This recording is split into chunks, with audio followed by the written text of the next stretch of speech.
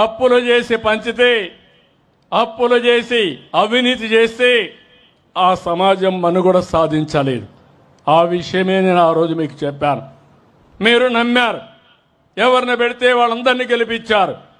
నేను రాజకీయాల్లో 47 సంవత్సరాల నుంచి ఉన్నాను కానీ తెలుగుదేశం పార్టీ 42 సంవత్సరాల ఎన్నికలు చూశాను కానీ మొన్న చూసిన ఎన్నిక చరిత్రలో ఎప్పుడూ జరగని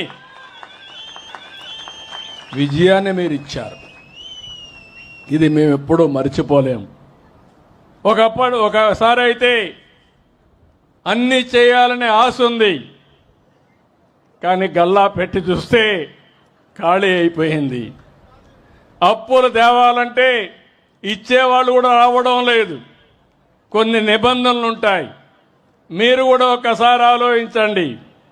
మీ ఊర్లో ఎవరైనా డబ్బులు కావాలంటే పరపతి ఉంటే, డబ్బులు తిరిగి ఇస్తాడని నమ్మకం ఉంటే అప్పిస్తారు. లేకుంటే ఇస్తారమ్మా? మీకు ఇవ్వరు కదా. నా పరిస్థితి కూడా అదే. నా మీద నమ్మకం ఉంది, మళ్ళీ దీన్ని సరిపెడతాడని విశ్వాసం ఉంది. మీరు కూడా అదే ఆలోచించారు. ఒక మాటలో చెప్పాలంటే ముఖ్యమంత్రి పదవి నాకు కొత్త కాదు. 4వసారి ముఖ్యమంత్రి. సమైక్య ఆంధ్రప్రదేశ్లో అందరికంటే ఎక్కువ సార్లు ముఖ్యమంత్రిగా ఉన్నాను. ఆ రోజు నేను చేసిన పనులు చరిత్రలో శాశ్వతంగా మిగిలిపోతాయి. ఈరోజు హైదరాబాద్ పోయి చూస్తే ఎక్కడ అడుగు పెట్టినా నేను కనపడస్తాను. ఎందుకంటే దానికి కారణం చేసిన పని. ఎప్పుడో ప్రజల కోసం పనిచేశాడు.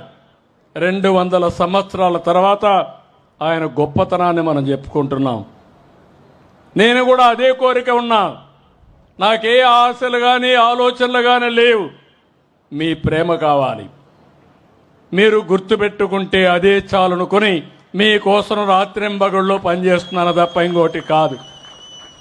ఈరోజు అందుకనే మీరు చూస్తే దేశంలో ఎక్కడా ఇవ్వని విధంగా సంక్షేమ కార్యక్రమాలకు నాంది పలికాను. నేను సూపర్ 6 చెప్పాను. అన్నిటికీ ఒక్కొక్కటే ఇచ్చుకుంటూ ముందుకు పోతున్నాం. నేను అడుగుతున్నా మిమ్మల్ని అందరినీ, దేశంలో ఎక్కడా ఇవ్వని విధంగా పింఛన్లు 64 లక్షల మందికి 33,000 కోట్ల రూపాయలు పేదవాళ్ళకి ఇచ్చే ఏకైక ప్రభుత్వం ఈ ప్రభుత్వం.